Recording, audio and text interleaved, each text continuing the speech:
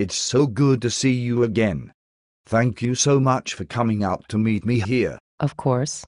When you called, you sounded so worried, frantic, and perhaps even ashamed, that I could tell you needed me. So here I am. What is it? What's wrong? What a relief it is to have you here to ask me that. I have to tell you, Linda, until you arrived here I felt as if the life were being choked out of me by some awful, mysterious force. I really felt as if my life were about to end. My God, that's terrible. What is it that's done this to you? What's made you feel so awful? Linda, this isn't easy. This is something I've never discussed with another person. What is it? Go on. Trust me. Okay, Linda. Have you ever read a poem called Reform, Missouri? No, I don't think so. Who wrote it? The author's name is Stefanie Wortman. I will recite it for you now. As a centipede twitches into the dark of the electric burner, the winds that temper weather, whip over ice, give their hearts to the winds of the abyss. When we were tourists at Alcatraz, under the gun gallery, we shivered at the clock that marked no incident but sorrow. Beyond our own valley of correction, adult intake, resident juvenile detention, the nuclear plant's floodlights swarm the road to reform. An eye just blackened, its enraged white like blood diluted to pink on the butcher's twine, makes a smear of ink, in a column of losses. Watercolor poppies dot a field of crosses. That really is something. Where did you find it? The poem appears online, at a website called From the Fish House. An internet poem. Well, we have to talk about this. What a relief it is to have you in my life.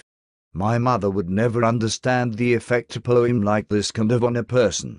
I have met only one other woman who did, but poems drove her to madness and attempted suicide. That's tragic. Yes, but the ending is happy.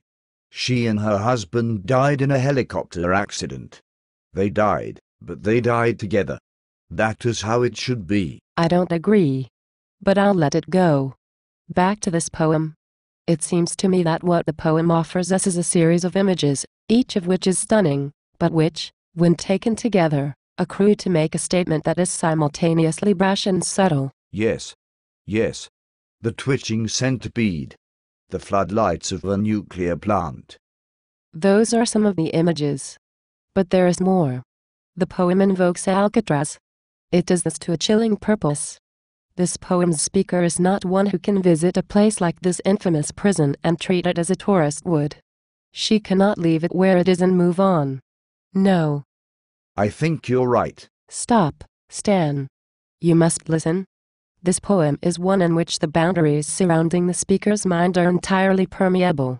She visits Alcatraz and ventures under the gun gallery, but at the same time Alcatraz enters her. This poem is a demonstration of what it is to have an experience, in this case the experience of touring an infamous prison, that you not only carry with you, but which colors all that you see, even where you least expect it to. Yes, such as watercolor poppies that dot a field of crosses. Yes. They take on a meaning that the speaker might not otherwise have seen there. And her relationship with the other figure of the poem is changed. She calls it our valley of correction. The space they inhabit is different, now. It's enough to keep you up at night. Yes. There is more to the poem, but I think this is what it is that has affected you so. The poem was too much for you. You're right. Thank God I've found someone who understands me, and who appreciates the work of both contemporary and non-contemporary poets. I think everything is going to be okay.